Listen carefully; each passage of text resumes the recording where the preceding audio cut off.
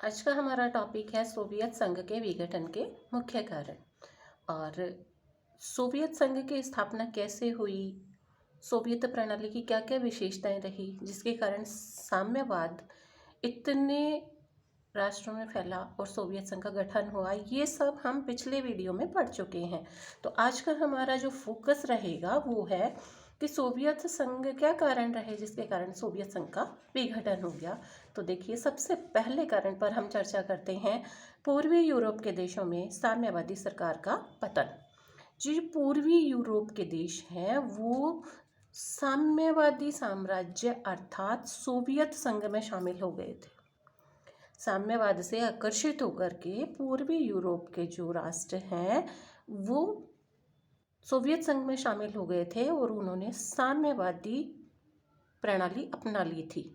लेकिन उनके अंदर इस साम्यवादी सरकार का पतन हो गया और वो लोकतंत्र की तरफ आकर्षित हुए और वहाँ पर लोकतांत्रिक उदारवादी सरकार की स्थापना कैसे हुई, इस कारण पर हम चर्चा करते हैं।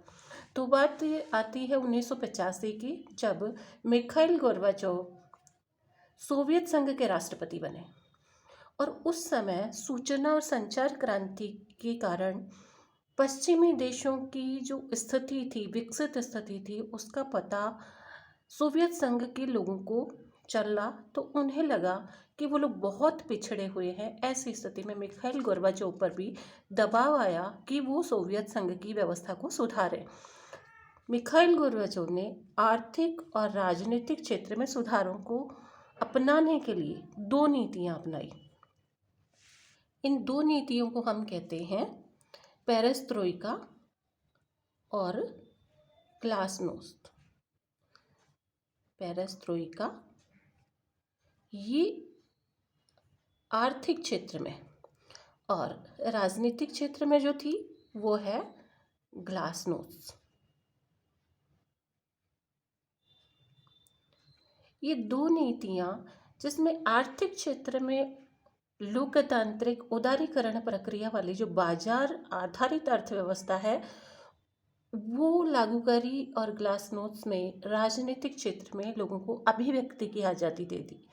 ये दो जो चीज़ें उन्होंने अपनाई, उसकी स्थिति से राजनीतिक क्षेत्र में जो ये खुलेपन की यानी ये वाली जो नीति थी, इससे क्या हुआ कि जनता में जो आक्रोश दबा हुआ था साम्यवाद के प्रति, वहाँ की सरकार के प्रति, वो फूट पड़ा और वहाँ के लोग लोकतांत्रिक शासन की मांग करने लगे।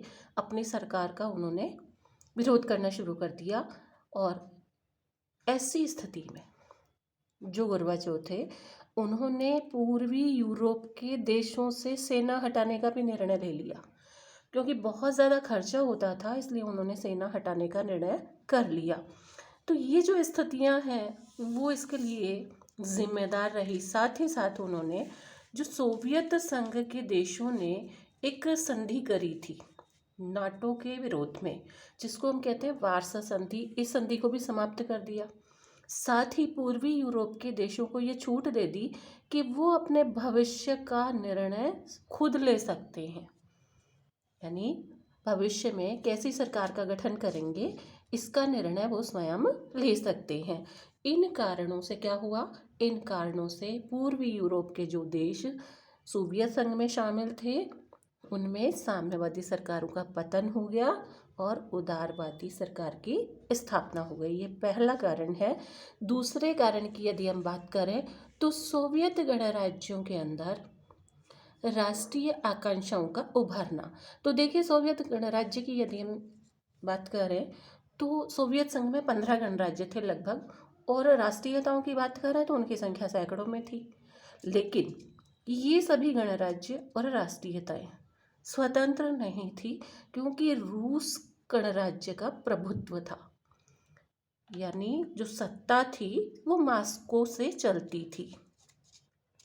तो इन गणराज्यों के अंदर राष्ट्रीय राज्य स्थापित करने की आकांक्षाएं उभरने लगी। जब उन्हें पता चला कि पूर्वी यूरोप के राष्ट्रों ने ऐसा किया है तो उन्हें भी अपना स्वतंत्र राष्ट्रीय अस्तित्व कायम करने की आकांक्षा का उभार हुआ। मिखाइल गोर्बाचोव के जो सुधार थे और जो विचार थे उनसे राष्ट्रवादी भावनाओं का उभार होता है। तो ऐसी स्थिति में ये दूसरा कारण रहा जिससे सोवियत संघ का विघटन हुआ। अब इन गणराज्यों में से देखिए, सबसे पहले बाल्टिक गणराज्य। बाल्टिक गणराज्य, हमारे प्रश्न भी आता है कि बाल्टिक गणराज्य किसे कहते हैं, तो एस्टोनिया, लताविया और लिथुआनिया, ये इनको बाल्टिक गणराज्य कहा जाता है। 1988 से लेकर 1990 के बीच इन्होंने स्वतंत्रता की घोषणा कर दी। इनसे प्रेरित होकर के आर्मेनिया और जॉर्जिया में भी राष्ट्रीय भावनाओं का विस्तार हुआ और धीरे धीरे ये भावना कमोबेश सब जगह फैल गई। तीसरे कारण पर यदि हम चर्चा करें तो वो है आर्थिक विकास का अवरुद्ध होना। आर्थिक विकास कैसे अवरुद्ध हो गया? देखिए, सोवियत संघ की जो अर्थव्यवस्था थी उस पर किसका नियंत्रण था? सरकार का नियंत्रण। और सरकार का नियंत्रण होने के बाद भी विकास में गिरावट आई। कैसे आई, इस पर हम आगे चर्चा करेंगे। पहले हम बात कर लेते हैं उत्पादन और वितरण के साधनों पर किसका नियंत्रण था? सरकार का नियंत्रण था। लेकिन उत्पादन की जो गुणवत्ता है उसमें कोई सुधार नहीं हुआ, क्वालिटी में कोई सुधार नहीं हुआ। कृषि की यदि हम बात करें तो कृषि और उद्योग दोनों पर ही सरकारी कर्मचारियों का नियंत्रण था। और सरकारी कर्मचारियों का नियंत्रण कैसा होता है? जब उन्हें पूरा अधिकार मिल जाता है तो ऐसी स्थिति में क्या होता है, इसका भी उदाहरण देखने को मिला। सरकारी खेती को कामयाब बनाने के लिए सरकारी कर्मचारियों ने हिंसा और आतंक का सहारा लिया और इसका उल्टा असर हुआ। क्या असर हुआ कि खाद्य सामग्री की कमी हो गई। लोगों ने कृषि में इंटरेस्ट नहीं लिया। आवश्यकता की जो वस्तुएं थी वो सोवियत संघ में सरकार के द्वारा कम मूल्य पर, रियायती दर का मतलब कम मूल्यों पर उपलब्ध करवाई जाती थी। इससे सरकार को घाटा उठाना पड़ा। ये भी अर्थव्यवस्था का गतिरुद्ध होने का एक कारण था। इन सब कारणों से जो उपभोक्ता वस्तुएं थी उनकी कमी हो गई। खाद्यान्नों की कमी होने से उनका आयात करना पड़ा और आर्थिक संस्थाएं कमज़ोर हो गई। आर्थिक जो संसाधन है वो कम क्यों हो गए, इसके यदि हम कारणों पर चर्चा करें तो इसके 3 मुख्य कारण हैं। पहला कारण है कि जो आर्थिक संसाधन है उसका अधिकांश भाग कहाँ खर्च होता था? जो यूरोपीय देश थे, पिछलग्गू यूरोपीय देश कहा जाता है जिन्हें, उनको अपने साथ मिलाए रखने के लिए उन पर खर्चा कर दिया गया। दूसरा कारण यदि हम देखें तो ब्रेजनेव के शासनकाल में सोवियत संघ का अफगानिस्तान में जो हस्तक्षेप था ना, सैनिक हस्तक्षेप, इससे सोवियत संघ को बहुत ज़्यादा आर्थिक नुकसान उठाना पड़ा। और तीसरा जो मुख्य कारण है वो है शस्त्रीकरण की प्रतियोगिता। अमेरिका के साथ जो शस्त्रीकरण की होड़ थी, इससे क्या हुआ कि जो भी संसाधन थे उनका अधिकांश भाग इन कारणों पे खर्च हो जाता था। इसलिए जो आवश्यकता की वस्तुएं थी, उपभोक्ता वस्तुएं थी, खाद्यान्न था, उसकी लगातार कमी होती गई जिससे लोगों में रोष व्याप्त हो गया। अब हम अगले कारण पर चर्चा करें तो वो है शस्त्रीकरण की प्रतियोगिता। अमेरिका से सोवियत संघ की एक होड़ चलती थी। शीत युद्ध के समय में शस्त्रीकरण की होड़ चलती थी। दोनों एक दूसरे से बड़ा परमाणु जो शस्त्र है वो बनाने के लिए प्रयत्नरत रहते थे। इसलिए अधिकांश संसाधन इन अस्त्र शस्त्रों को बनाने पर खर्च हो जाते थे और बुनियादी आवश्यकताओं की चीज़ों का अभाव हो जाता था, जैसे चाय, कॉफ़ी, मक्खन, साबुन, टूथब्रश, मंजन, जूते, वस्त्र, संसाधन। इन वस्तुओं की लगातार कमी होती गई। ये आर्थिक संसाधन किसकी भेंट चढ़ गए? शस्त्रीकरण की भेंट चढ़ गए। और इससे क्या हुआ? इससे आर्थिक जीवन अस्त व्यस्त हो गया। इसके बाद हम 5वें जो मुख्य कारण है वो है पेरेस्ट्रोइका और ग्लासनोस्ट की असफलता। देखिए, जो मिखाइल गोर्बाचेव है उन्होंने अर्थव्यवस्था को सुधारने के लिए उसकी पुनः विरचना का जो सिद्धांत दिया, पेरेस्ट्रोइका, और राजनीतिक क्षेत्र में उन्होंने उदारता या मुक्तता या खुलेपन की नीति यानी ग्लासनोस्ट का को लागू किया।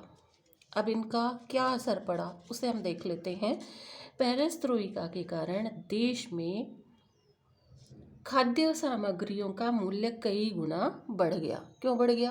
क्योंकि साम्यवाद से जो व्यवस्था है वो उदारीकरण में, लोकतांत्रिक में परिवर्तित होने के कारण, पेरेस्त्रोइका में छूट देने के कारण, बाजार आधारित अर्थव्यवस्था बनने के कारण सामग्रियों के मूल्य बढ़ गए। साथ ही सामग्री के मूल्य बढ़ाने के साथ साथ जमाखोरी, मुनाफाखोरी और काला बाजारी जैसी भी कुरीतियाँ जोर पकड़ने लगी। जब लोगों को ये चीज़ें प्राइवेट सेक्टर में देने की बात हुई और उनको छूट दे दी गई तो उन्होंने ऐसा किया। अब हम ग्लासनोस्ट अर्थात खुलेपन की नीति की बात कर लें तो खुलेपन की नीति में विचार और भाषण की स्वतंत्रता प्रदान की गई। अब देखिए, लोगों को साम्यवाद में, सोवियत संघ में जनता को अपने विचार प्रकट करने की स्वतंत्रता नहीं थी और उनके अंदर शासन के प्रति, कम्युनिस्ट पार्टी के प्रति एक जो आक्रोश पनप रहा था, वो ग्लासनोस्ट की नीति लागू करते ही लोगों का जो इतने समय से दबा हुआ आक्रोश था वो सामने आने लगा। लोग खुल कर के शासन की कमजोरी के बारे में विचार प्रकट करने लगे। जनता खुल कर के शासन की आलोचना करने लगी। इससे क्या हुआ? केंद्रीय सत्ता कमज़ोर पड़ गई और केंद्रीय सत्ता कमज़ोर पड़ गई, साथ ही केंद्र के विरुद्ध संघर्ष करने वाली शक्तियों को जनता ने भी बढ़ावा दिया। इस तरीके से ये पांचवा कारण है जिसकी वजह से सोवियत संघ का विघटन हुआ। अब हम बात कर लें कि साम्यवादी दल की क्या स्थिति थी। तो देखिए, साम्यवादी दल 1917 से शासन कर रहा था और इस इतना ज़्यादा निरंकुश हो गया था। साम्यवाद से ये सत्तावाद में परिवर्तित हो गई थी पार्टी। इससे जनता का असंतोष फूट पड़ा। 1917 के बाद लगभग 72 वर्ष तक कम्युनिस्ट पार्टी ने शासन किया। पार्टी के सदस्य कैसे थे? निरंकुश थे। उन पर कोई अंकुश नहीं था। उनकी आम जनता के प्रति कोई जवाबदारी नहीं थी। पार्टी के जो सदस्य हैं, पदाधिकारी हैं, उनका जो जीवन स्तर है वो आम नागरिकों से बिल्कुल अलग था। क्यों अलग था? क्योंकि सदस्यों को और पदाधिकारियों को विशेष सुविधाएं दी गई थी, जबकि आम जनता का जीवन अस्त व्यस्त, कठिन हो गया था, दुश्वार हो गया था। स्वतंत्रता की, बोलने की, अभिव्यक्ति की स्वतंत्रता का अभाव था। इसलिए शासन के विरुद्ध नाराजगी की भावना धीरे धीरे इतनी ज़्यादा हो गई कि मिखाइल गोर्बाचोव द्वारा दी गई जो खुलेपन की, ग्लासनोस्ट की नीति थी, लोगों ने लोकतंत्र की मांग करना शुरू कर दिया। साम्यवादी दल की तानाशाही से जनता में असंतोष पैदा हो गया। ये मुख्य कारण रहा है। इसके बाद हम बात करते हैं पश्चिमी राष्ट्रों की सोवियत संघ से तुलना करने की प्रवृत्ति का उभरना। तो देखिए, प्रारंभ में साम्यवादी नेता क्या कहते थे? ये कहते थे कि समाजवादी अर्थव्यवस्था पूंजीवादी अर्थव्यवस्था से बढ़िया है। सभी लोगों को ये बताया गया कि जो समाजवादी अर्थव्यवस्था है वो पूंजीवादी अर्थव्यवस्था से कई गुना अच्छी है। इसमें हर व्यक्ति को काम और भोजन की गारंटी दी जाती है, लेकिन उपभोक्ता वस्तुओं की इतनी कमी हो गई तो इससे जनता में असंतोष की भावना पैदा हो गई। सूचना और संचार टेक्नोलॉजी से पश्चिमी राष्ट्र के लोगों के जीवन शैली और सुख सुविधाओं का जब लोगों को पता चला कि हमारी जो ये सरकार है वो हमें झूठ बोल रही थी, हमें गलत बताया गया, इससे और इसके अलावा उन्हें ये भी पता चला कि जो पश्चिम के लोग हैं वो लोकतांत्रिक तरीके से सरकार चुनते हैं, जबकि उनके यहाँ ऐसा नहीं था। उनके यहाँ एक ही पार्टी थी, दूसरी कोई पार्टी नहीं थी। तो अपने राष्ट्र की उन्होंने तुलना करना शुरू कर दिया। किससे? पश्चिमी देशों से। कौन कौन सी? खास तौर से राजनीतिक और आर्थिक अर्थव्यवस्था की, और जीवन जीने का जो तरीका है, वहाँ की सुख सुविधाएं हैं, सरकार चुनने का जो अधिकार है, इनसे जब उन्होंने तुलना करी तो उनका साम्यवादी व्यवस्था से मोह भंग हो गया और उनको लगा कि पश्चिमी अर्थव्यवस्था और शासन कैसा है? श्रेष्ठ है। उनके मन में ये धारणा घर कर गई कि जो पश्चिमी व्यवस्था है वही श्रेष्ठ है। तो अगला जो मोस्ट कारण, इम्पोर्टेंट कारण है, उसको माना जाता है कि दोषपूर्ण और कमजोर नेतृत्व। पश्चिमी गुट सोवियत संघ में अलगाववादी और साम्यवाद विरोधी शक्तियों का भरपूर समर्थन, यानी जैसे पूर्वी यूरोप की बात करें, बाल्टिक गणराज्यों की बात करें, तो उन्होंने सोवियत संघ से अलग होने के लिए जनता ने अपनी सरकारों पर दबाव डाला, तो पश्चिमी गुट ने उनका समर्थन किया। जो सोवियत संघ से अलग होना चाहते थे, उनका समर्थन किसने किया? पश्चिमी गुट ने किया। पश्चिमी देशों के समर्थन से पूर्वी यूरोप में लोकतांत्रिक सुधारों की मांग प्रबल होती गई, लेकिन सोवियत संघ द्वारा उस समय उनके विरोध में कोई ऐसी कार्यवाही नहीं की गई जो पहले होती थी।